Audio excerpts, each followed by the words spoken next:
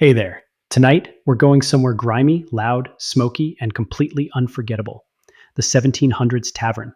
Now, before you imagine a cozy pub with cheerful bartenders and craft cider, let me stop you right there. This isn't a pub, this isn't even a bar. This is a one-room wooden furnace of humanity. It's chaos in a pint mug. So go ahead, dim the lights, maybe turn on a fan for that soft, whirring background hum. Get comfortable. Because for the next hour, we're stepping back into a world that smelled like spoiled beer, roasted meat, and a level of body odor that could stun a mule. Let's set the scene. It's 1742. You're in a small colonial town in New England, or maybe a damp English village. Doesn't matter. The vibe is the same. You're tired. The roads are dirt and full of ruts. You haven't bathed in 3 days. Your boots are wet. You need food, a place to sit, and something strong to drink. So you push open a warped wooden door, and immediately you're hit by the tavern trifecta: heat, noise, and stink. The heat comes from a fire that's been going since morning. Logs crackle in the stone hearth. It's the only thing keeping the smell of wet wool and fermented breath from knocking you unconscious. The noise is constant. Wooden chairs scrape. A fiddler in the corner plays a tune that no one's really listening to. Men argue. Someone drops a jug. A woman laughs, or maybe she's yelling, hard to tell. And the smell, oh the smell. Ale spilled on oak floors, grease from yesterday's pork, pipe smoke, and that underlying musk of too many humans in not enough space. You find a seat. The bench is sticky. You try not to think about why. Now let's talk food. There's no menu. The innkeeper, who also owns the tavern and possibly the town gossip network, tells you what's left. Stew. It's always stew. What's in it? Some kind of meat, maybe turnip, maybe yesterday's stew, maybe both. There's bread. It's hard, possibly older than you. And ale, warm, flat, served in a wooden tankard that hasn't been cleaned since the Jacobite Rebellion. You drink it anyway, because water isn't safe. Water in the 1700s is not your friend. It's full of bacteria, sewage runoff, and sometimes dead fish. So everyone drinks beer, even children, especially children. Because nothing says childhood like a breakfast of porridge and pint. But back to the tavern. You're trying to relax, but the guy next to you smells like he fought a chimney and lost. The woman on your left is telling a story about a man who died choking on a turkey leg. And someone at the next table is arguing about taxes, or witches, or both. This is normal. Taverns in the 1700s weren't just bars. They were community centers, newsrooms, trading posts, courts, sometimes churches. Want to post a letter? Do it at the tavern. Need a ride to the next town? Find a coachman. He's probably passed out behind the bar. Need a wife? Half the town's eligible women work here, or drink here, or both. It's loud. It's messy. And it's the only place in town with fire, food, and furniture. But don't think you're safe. Tavern fights are frequent. They start with words, escalate with tankards, and end with someone being thrown into the street. No bouncers, no rules, just beer-fueled chaos. Oh, and if you want to sleep, good luck. Upstairs is a room. One room, with one bed, shared by strangers. The idea of privacy didn't exist. If you're lucky, you get a spot on the floor. If you're unlucky, you're the little spoon to a man named Isaac, who snores like a bear drowning. Still think you'd survive the night? Because by morning, there's a good chance you're hungover, missing a shoe, and now engaged to someone named Martha, who arm wrestled you for the last bowl of stew. And you lost. So yes, the 1700s tavern was charming. In the same way a barn fire is charming, from a distance and with a strong drink in hand. But it was real, it was vibrant, and it was the heart of every town. So next time you walk into a clean, air-conditioned pub and your craft IPA costs $12, take a moment to thank history, because you wouldn't have lasted an hour in the real thing. Let's talk about how people pass the time inside a 1700s tavern. Besides drinking, shouting about taxes, and blaming everything on the weather, because if you think they just sat around sipping ale and politely chatting about politics, you're in for a very loud, very smoky surprise. Taverns were entertainment hubs, not the clean pool table and jukebox kind. These were places where every surface had been elbowed, spilled on, or carved into. Let's start with the games. The most common was dice. Simple, addictive, easy to cheat at. The game of hazard was a favorite. It involved rolling 2 dice and praying to the tavern gods for a lucky number. The odds were confusing. The rules changed depending on who explained them, and the house always won. especially if the house was just some guy named Reg with a crooked grin. There were cards too, though they weren't shiny or stiff like modern ones. They were soft-edged, stained, and probably sticky. The game might be put or loo or all fours. Rules were passed down verbally, half remembered, and aggressively argued. Think Monopoly, but played by drunk people who all claimed to be the banker. The stakes, whatever you had. Coins, of course, but also bread, tobacco, a pocket knife. There are even records of people betting livestock. I raise you 2 hens and the promise I won't punch your brother again. And if the game didn't go your way, you blame the dice, or the light, or someone coughing across the table. Sometimes you accuse someone of cheating, and that's when things got interesting. Tavern fights didn't need a reason, but accusing a man of rigging dice, that was practically an invitation to be tossed into the street, head first. And the furniture? Not built to last. Chairs were used for sitting until someone got mad. Then they were weapons. You'd see fights break out suddenly. 1 second, 2 men are arguing over a card. The next, one is chasing the other with a broken mug. And no one really stopped it. Unless you broke the innkeeper's shelf or cracked a beam, you'd just be left to burn it out, collapse on the floor, and share a tankard later. This wasn't violence with malice. It was just tavern manners. Then there were the listeners. Every tavern had them. People who didn't drink much, who barely spoke, who sat near the edge and watched everything. Sometimes they were debt collectors, sometimes spies, sometimes just old men who liked knowing everyone's business and couldn't afford their own firewood. Gossip was the true currency. Who was sleeping where? Who was stealing what? Which neighbor had a baby too soon after marriage? News spread in taverns faster than wildfire. A man could say something careless at midnight, and by morning, the priest was knocking at his door. Then there were the hustlers, smooth talkers, gamblers, schemers. Some came through town just to play games and move on. Others were locals who never did honest work but always had coin.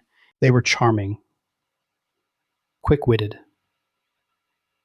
and likely to disappear the moment someone checked their purse. Now let's talk animals, because a 1700s tavern wasn't just full of people. There were goats. Yes, goats. Some taverns, especially in rural villages, had livestock wandering through. Dogs curled near the fire. Chickens nested under benches. The occasional piglet squealed past someone's boots. And no one minded. In fact, if the goat didn't show up that night, someone might say, "Strange. Hope he's all right." You might even find a toddler asleep near the hearth, his mother pouring ale 3 feet away. Because taverns were homes for some, or at least warmer than the ones they left behind. And if you're wondering how it all smelled, imagine wet hay, sweat, pipe smoke, ale-soaked wood, unwashed bodies, spilled stew, and goat breath. Then double it. But somehow it worked. This was the heart of the town, the daily theater, the loud, unpredictable, hilarious, ridiculous, smoky, sticky, noisy soul of the 1700s. So if someone invited you to a card game in a tavern back then, you'd better bring more than money. Bring your luck, bring your fists, and maybe a goat treat. Just in case. If the tavern had a king, it wasn't the drunkest man. It wasn't the loudest gambler.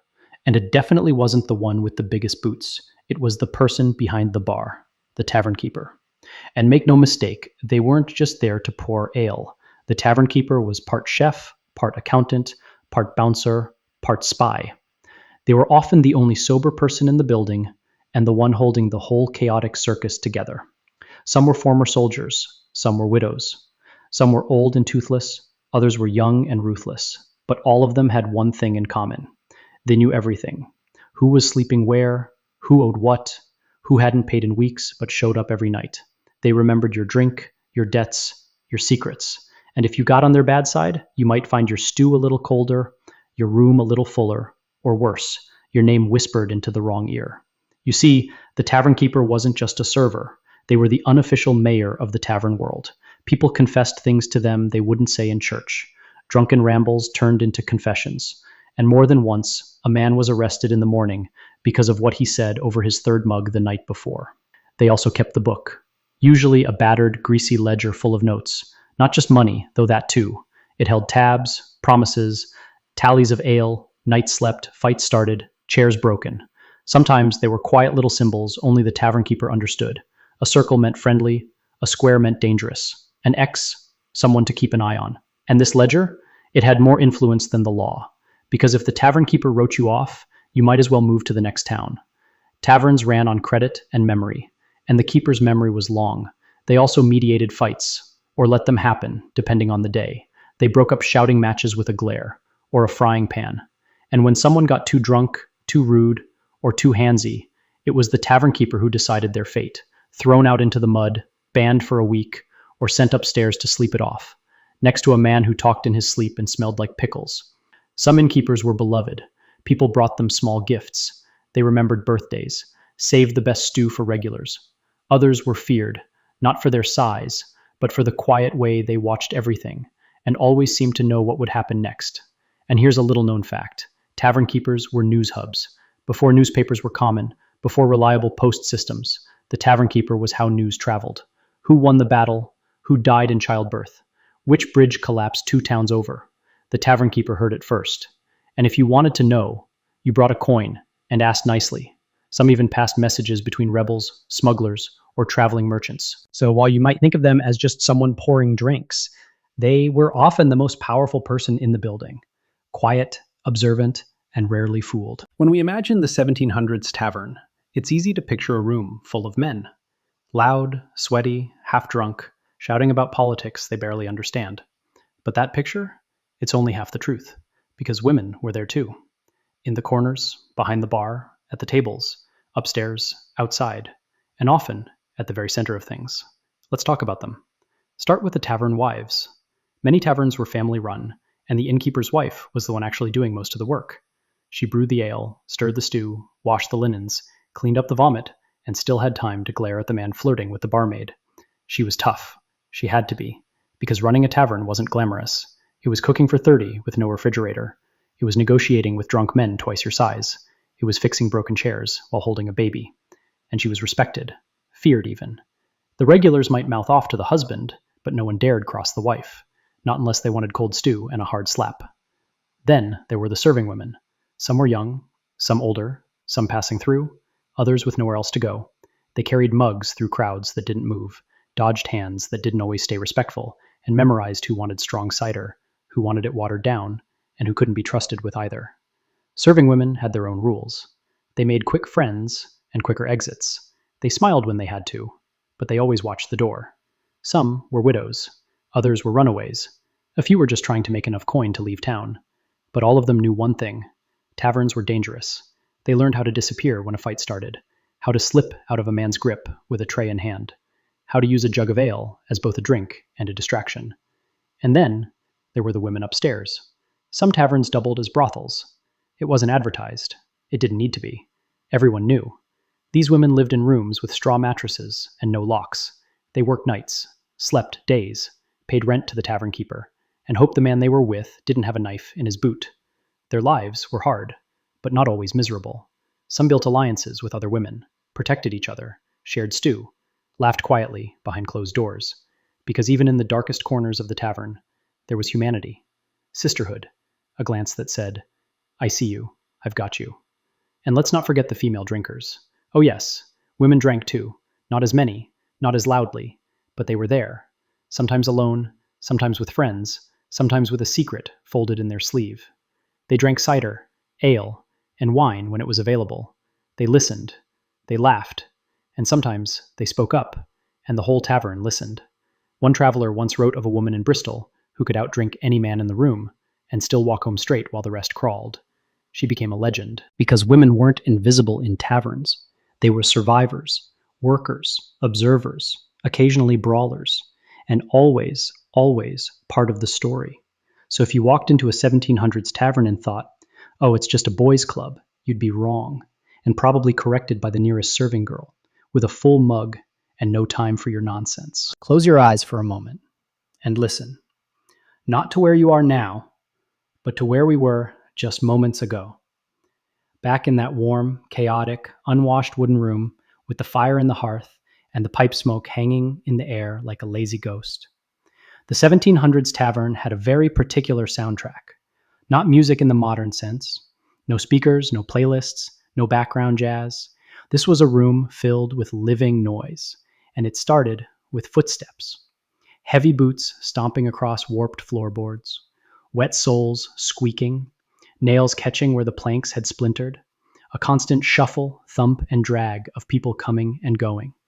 Then came the mugs, clay, pewter, and wooden tankards, banged down on tables, passed from hand to hand, dropped, shattered. You could tell how drunk a table was by the rhythm of their tankards. A slow, steady tap meant storytelling. A fast, clumsy clatter, someone was about to fall over. Now add the chairs, dragged, scraped, tipped, broken. The wood in this tavern was never silent. Overlay that with voices, a constant fog of conversation, laughter, and arguments, some speaking softly, heads bowed, conspiratorial, whispers about debts, affairs, politics, or revenge. Others shouted across the room like they'd never learned the meaning of indoor voice. The man talking about French taxes, the sailor bragging about a storm he clearly never survived, the butcher who always repeated the punchline twice, and through it all, music, or something pretending to be music. A fiddler in the corner, strings slightly out of tune, elbow working like it was trying to fly, the tune repeating again and again. No one requested it, no one paid for it, but somehow it never stopped. Sometimes a Borhan drum joined in, a slow beat, played on someone's knee, a heartbeat for the room. And if the mood was right, or the drinks were strong enough, someone would start singing. Not beautifully, not on key, but loudly and with feeling. A sailor's shanty, a bawdy ballad, something about lost love, lost boots, or how badly someone wanted to punch a magistrate. And suddenly, others would join in. Some knew the words, others didn't. It didn't matter. It wasn't about music. It was about release, rhythm, community. Even the drunk in the corner with his face on the table hummed along. Outside the tavern, you might hear an owl, a cart creaking down the road, the distant bark of a dog. But inside, it was all clatter and stomp, tune and grunt, fire and breath. You didn't need to see the people to know who they were. You could hear it. The cautious creak of someone trying not to be seen, the bold boom of someone who wanted attention, the desperate, unsteady stammer of someone who shouldn't have ordered a third round. Every tavern had its own music, not composed, but and when the fire burned low, and the games ended, and the singing faded into snores, there was a stillness, but never silence. You could still hear the logs cracking, the occasional cough, a whispered prayer, and the slow creak of the chair that no one touched. Because the tavern never really slept. It just dozed, and if you listened closely, in the quietest moment, you could hear your own breath blending into centuries of noise that never quite left the walls. Now, not everyone who came to the tavern was there for stew and stories. Some didn't care about dice games or stale bread. Some didn't want to be seen. And some came because they couldn't afford to be seen anywhere else. Because taverns, for all their noise and mess, were the perfect place to hide in plain sight. Let's start with the rebels. Every movement, every cause, every half-baked revolution needed a place to begin, and it almost always started in a tavern. Not a palace, not a parliament, not even a church. No, it started over a jug of beer and a whispered complaint. In England and her colonies, you'd hear men muttering about taxes. The Stamp Act, the king's soldiers, the cost of bread, the gall of the crown. Voices would lower, eyes would glance at the door, and someone would pull a chair closer. What began as a grumble became a plan, and what started as talk sometimes turned into letters, symbols, firearms hidden under floorboards. In the American colonies, entire taverns became known for being unfriendly to the British, which was a polite way of saying they were full of men with muskets and opinions. Then there were the smugglers. Ah yes, taverns by the coast, especially in England, France, and the Netherlands, were like drop-off points. A man might come in wearing a fisherman's coat, sit alone, order one drink, say nothing, but when he left, he'd leave behind a package, wrapped in canvas, tucked under a bench, or slipped to the barkeep with a nod and a coin just slightly too shiny. The next man to pick it up, he might be headed upriver, or across a border, or straight into the woods. What was inside?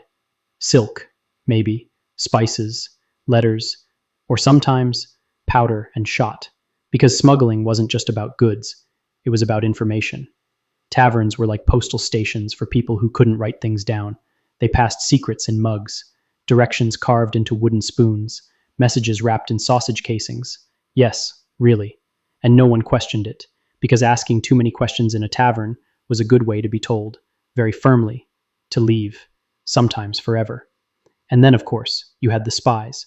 They were everywhere, especially in cities with politics thick as fog. London, Boston, Paris. Men and women who pretended to be simple travelers, drinking slowly, listening intently. Their job? To report who was in the room, what was said, what wasn't. Some of them were actual informants, paid by governments, churches, even rival tavern owners. Others, freelancers, working for whoever paid best. And every now and then, they were caught, sometimes quietly, a mug left untouched, a door that didn't open again. Other times, not so quietly. Let's just say, tavern floors have heard their fair share of, he's not who he says he is. But here's the thing. Taverns didn't just tolerate secrets. They were built for them. There were back rooms, small spaces with low ceilings and no windows, accessible only through the kitchen or by lifting a floorboard under the hearth. These weren't accident. They were features. Some taverns even had tunnels, real ones, used by smugglers, by runaway servants, by lovers, by soldiers who weren't supposed to be on this side of the river. You might see a man walk in, lodge, and never see him walk out. And yet no one was alarmed. That's just how it was. Because the tavern was more than a drinking place. It was a borderland, between the known and the hidden, the official and the forbidden. And the innkeeper, they knew it all, but said very little. They knew where the gold was kept, where the pistol was hidden, where the loyalist sat, and where the rebel leaned. They had a good memory, a short temper, and a lock on the back door. So the next time you think of a tavern as just a place to grab a drink, remember that history may have been decided at a table sticky with ale and surrounded by people pretending not to know each other. Because revolutions need more than ideals. They need cover, noise, and a place where secrets can sit beside songs and go unnoticed. That place was almost always a tavern. Let's say you've survived the tavern stew, dodged a flying tankard, escaped a drunken card game with your shoes intact. You're full. You're tired. And all you want now is a bed. You walk to the innkeeper, ask about a room, and they say, with a raised eyebrow and a smirk, "There's a spot left upstairs." Sounds promising, until you learn that a spot doesn't mean a private room. It means exactly what it sounds like, a spot on a mattress in a room that already has 3 other people in it. Welcome to sleeping in a 1700s tavern. Forget the idea of a key to your own cozy little chamber. There are no keys. There are no doors. Sometimes there are no walls. Most taverns had 1 room upstairs, maybe 2 if you were lucky. The beds? Straw stuffed sacks on wooden frames.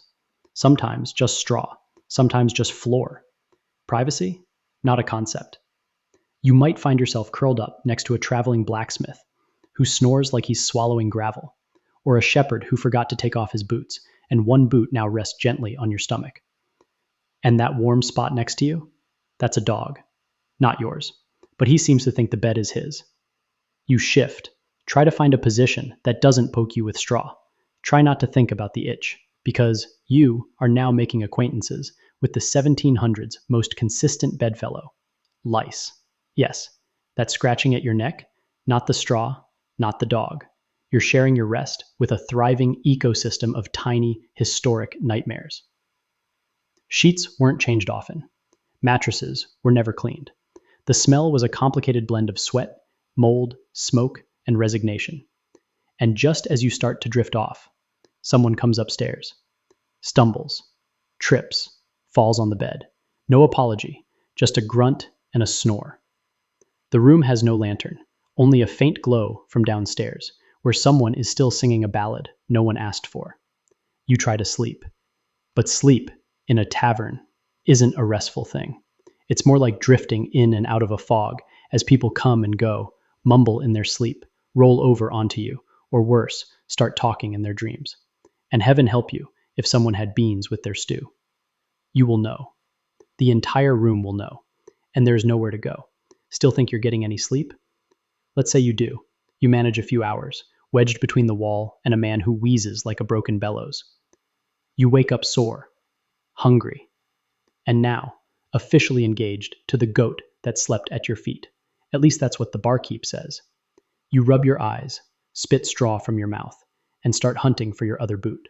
Because somehow, one always goes missing. And your coin purse? Still there. Mostly. Though it smells suspiciously like ale. You make your way downstairs. Hair a mess. Back aching. Clothes rumpled. And as you sit at the bench, because the tavern doesn't offer rest, it offers survival. You made it through the night. Your boots are still mostly yours. And the dog likes you now. That's what counts. So the next time you complain about a hotel bed, think about the 1700s tavern, where a full bed meant 3 strangers, a dog, and a mattress that should have been burned in 1728, and where sleep was less about dreaming and more about enduring until breakfast. Let's say you've just sat down at a table in the corner of the tavern.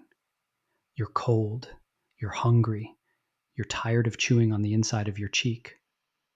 So you wave down the tavern keeper and ask, "What's for dinner?" There's no menu, no chalkboard specials, no cute names like the Pilgrim Platter or Ye Old Shepherd's Pie. There's only one answer, and it is always the same. Stew. You ask, "What kind of stew?" The tavern keeper shrugs and gives you a look that says, the kind you don't ask questions about. Now here's the thing about 1700s tavern food. It was less of a meal and more of a daily survival strategy. You weren't eating for pleasure, you were eating so you didn't pass out in the road. Let's begin with the bread. It was hard. So hard, in fact, that many taverns served it with the stew just to soften it up. It wasn't sliced. You tore it with your hands, or, when necessary, with your teeth and the strength of your neck muscles. Some loaves were made with barley or rye, sometimes even sawdust, if wheat was too expensive. Sawdust bread. A delicacy in the same way chewing a chair leg is. Then came the stew itself. It lived in a giant iron pot, bubbling over the hearth, rarely emptied, rarely cleaned. It just continued. It was the original perpetual stew. Every morning, whatever hadn't been eaten the night before was reheated, stirred, and added to. Some bits sank to the bottom, others floated like ghosts. And into that pot went turnips, potatoes, onion ends, bones, bits of salted meat, a carrot if someone was feeling generous, and meat of unknown origin. It could be pork. It could be rabbit. It could be yesterday's pork and rabbit reheated and renamed. And yes, sometimes it was pigeon, or goat, or squirrel. But you didn't ask. You just dipped your spoon, if you had one, and hoped for a chunk of something that wouldn't fight back. Most people didn't have their own utensils, so you'd share. One wooden spoon, wiped off between uses, or not. If you were wealthy, maybe you had your own knife. And if you were really wealthy, you brought your own salt. That's right. Salt was valuable. People carried little pouches of it to season their meals. Because the stew, it wasn't always flavorful, unless you count mystery fat as a flavor. What about meat pies? Yes, sometimes. Thick, doughy crusts filled with more of that stew-like substance. They held together nicely, made for good travel food, and could double as a doorstop in emergencies. There were also eggs when available. Cheese, if you didn't mind it green around the edges. And pickled things, cabbage. Because after walking 10 miles in the rain, what you want isn't a 5-star experience. its calories. And tavern food, questionable as it was, offered just that. Some inns had their own gardens. Others relied on whatever the townsfolk could trade. I'll give you 2 onions and a goose feather for a bowl. Fair deal. Now, if you got sick, well, food poisoning was considered more of a learning opportunity. You learned not to eat the stew when it smelled sour. You learned that green meat meant bad news. And you learned to trust the tavern cat. If the cat sniffed the pot and walked away, don't eat the stew. But despite all of this, there was something comforting about it. The heat, the smell, the way the steam fogged up the windows and warmed your hands, the way strangers passed the bread without speaking, the way the spoon returned to the pot again and again, feeding people who had nothing else. The stew was history, thick with stories, and a little burnt around the edges. And somehow, that made it taste just right. Let's be honest. If you take a small wooden room, fill it with cheap ale, tired men, unpaid debts, political opinions, and meat of questionable origin, trouble was only ever one spilled mug away. Because, for all their charm, taverns in the 1700s were just a few wobbly chairs away from becoming a brawl in progress. And here's the funny thing. No one really tried to stop it. Fights were expected, sometimes even welcomed. Let's start with the causes. It could be anything. A bad card draw, a misheard insult. Someone looked at someone's wife, goat, or plate of stew the wrong way. Sometimes it was over something deeply personal. Sometimes it was over nothing at all. One moment, a joke. The next, a bench flies across the room. And there were no bouncers, no rules posted by the door, no please drink responsibly signs. You handled your problems yourself, or you didn't. Tables were upended, mugs became weapons, hair was pulled, beards were yanked, and every tavern had one chair that had been broken and nailed back together, at least 5 times. Sometimes the tavern keeper stepped in. Sometimes they just yelled, "Take it outside before you knock over my stew pot." And outside they went, into the street, into the mud, into the night, grunting, cursing, shirts torn, teeth possibly misplaced. And just like that, 20 minutes later, they'd be back at the bar, buying each other a drink, and explaining how it was all a misunderstanding. Now, not all trouble was drunken brawls. Sometimes the danger came in quietly. A man with a cloak too low, a woman with no shoes, a boy with eyes that never stopped scanning the door. You didn't ask. You didn't want to know, because taverns were refuge. If you were running from the law, chances are you stopped at a tavern, not to hide, to blend in, among the gamblers, the sailors, the shepherds and tinkers and traveling actors, who would notice one more face in a room full of masks. There are stories, plenty of them, we have of criminals sleeping upstairs, while their wanted posters hung downstairs by the hearth. And people knew. They always knew. But they kept quiet, because the tavern was neutral ground. You could fight, you could argue, you could threaten, but you didn't betray someone to the constable, unless you wanted to be thrown out next. Of course, sometimes the tavern itself got tired of it all and simply caught fire. Yes, tavern fires were shockingly common. One knocked over candle, one ember from the hearth, one spilled lantern, wooden floors, wool cloaks, dry hay mattresses. The whole place could go up like a torch in under 10 minutes. Some taverns kept buckets, others didn't. If you were inside when it happened, you grabbed your boots, your mug, if it was full, and got out. Everything else could be rebuilt, except maybe the goat. Poor thing never liked fire. Yet, people kept coming back. The tavern was chaos. It was smoke and shouting. It was knives and mugs and cards and blood. But it was home, even if just for the night. You knew the risks. You accepted them, because outside the world was cold. Inside, the stew was hot. And sometimes, a chair to the back was just the price of community. So if you survived a fight, and ducked a burning rafter, and bought the man who threatened you a beer, congratulations. You belonged. So, after all this, after The stew, the goats, the shouting, the lice, the snoring blacksmith, and the mystery meat pie. Let's be honest, you wouldn't last a day in a 1700s tavern. And that's okay, because taverns were not built for comfort. They were built for endurance. They were wild, loud, unpredictable things, half home, half hazard, a warm place in a cold world. And they didn't care who you were, where you came from, or whether your boots were clean. They cared about whether you belonged, whether you stayed, whether you bought the next round, or told a story worth listening to. Modern life gives us privacy, soft sheets, menus with pictures, sinks with soap, but tavern life, it gave something else, community. It gave you a bench beside someone you'd never speak to outside that room, a mug shared between strangers, a song you didn't know the words to, but sang anyway. It gave you noise when the silence of winter felt too heavy, a fight when you needed to remember you were still alive, a stew that tasted like history, burned a little, but warmed you from the inside out. And sure, you wouldn't last long there. Your boots would leak, your cloak would smell. You'd miss your phone, your pillow, your peace.